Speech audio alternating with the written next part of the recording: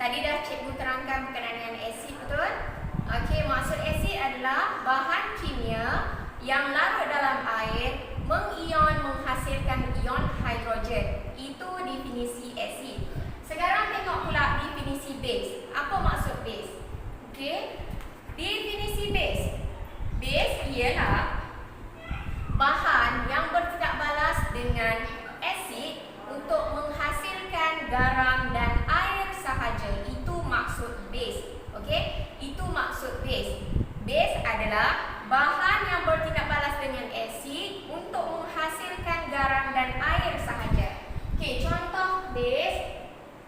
Contoh dia kita ambil pertama, magnesium oksida. Okey, ambil magnesium oksida, kita tindak balaskan dengan asid sulfurik. So dapat apa? Magnesium oksida ini adalah base. Bila kita tindak balas dengan asid, dia akan menghasilkan magnesium sulfat dan juga magnesium sulfat dan H2O. Okey. So, magnesium sulfat ini adalah garam. Inilah garam. Okey. Magnesium sulfat ini adalah garam. H2O ini air lah. Macam mana dia kita tahu garam? Okey, kena ingat semua jenis nitrat, semua jenis karbonat, semua jenis klorid dan semua jenis bromide itu semua adalah garam. Okey? So, ini contoh satu. MgO, magnesium oksida, kita tindak balaskan dengan asid yang menghasilkan garam dan air. Ini adalah definisi untuk base. Okey. Base apa dia? Base adalah bahan yang bertindak balas dengan asid menghasilkan garam dan air. Itu adalah maksud base. Okey. Apa pula alkali? Kalau sebut base alkali dia macam sama kan, tapi sebenarnya ada yang berbeza. Okey. Base ni, base dia ada dua. Okey, dia ada larut dalam air, dia ada tak larut dalam air. Ingat base dia ada dua. Satu larut dalam air, satu lagi tak larut dalam air. Yang larut dalam air inilah kita panggil sebagai alkali. Okey, ulang. Base ada dua, larut dalam air dan tak larut dalam air. Larut dalam air dikenali sebagai alkali. Okey, maksud dia bila sebut dia alkali, alkali ialah base yang larut dalam air. Apa alkali yang larut dalam air? Alkali yang larut dalam air adalah kalium hidroksida, natrium hidroksida, amonium hidroksida. Itu memang yang larut dalam air, dikenali sebagai alkali.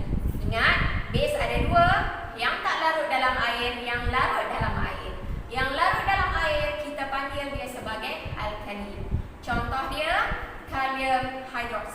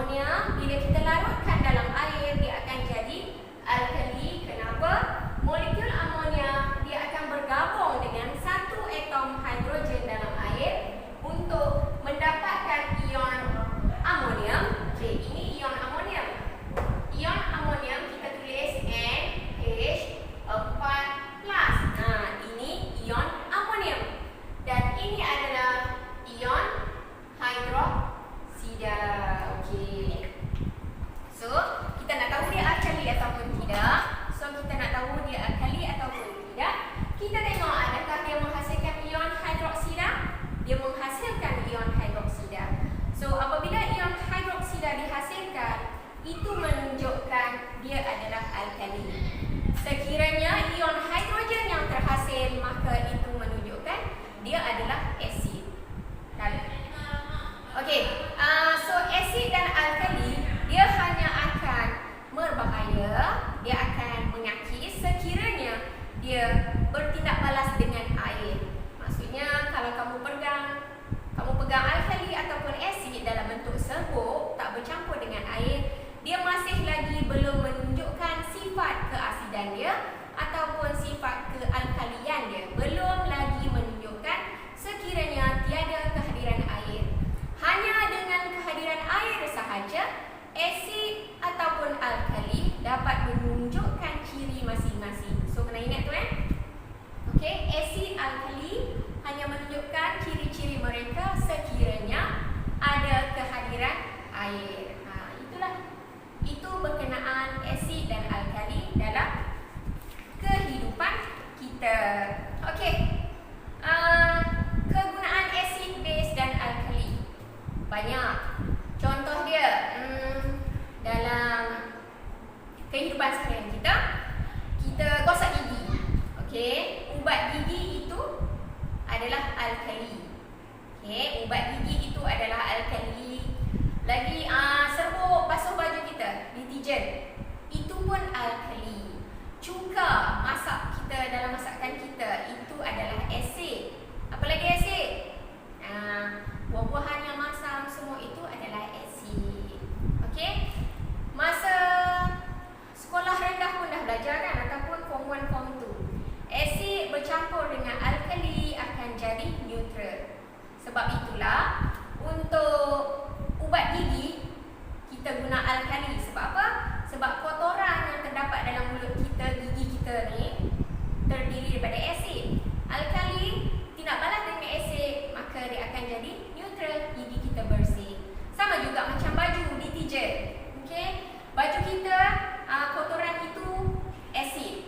Kita campur dengan deterjen, alkali campur dengan asid, maka baju kita bersih. Itu dinamakan neutral. So asid tambah alkali, neutral. Okey, itu adalah berkenaan dengan asid dan alkali. Untuk lebih detail, selepas dah habis sifat asid alkali, barulah kita akan masuk pH asid dan alkali. Dari situ kamu akan faham, kamu akan tahu pH asid berapa, pH alkali berapa, dan pH untuk neutral berapa. Okey? So kita akan bincangkan dalam grup nanti. Untuk hari ini kamu just ingat asid, base, alkali. Apa perbezaan antara asid, base dan alkali? Yang kita ingat, asid, base atau alkali hanya menunjukkan sifat dia apabila ada kehadiran air. Tak ada air, it's okay. Okay, kalau ada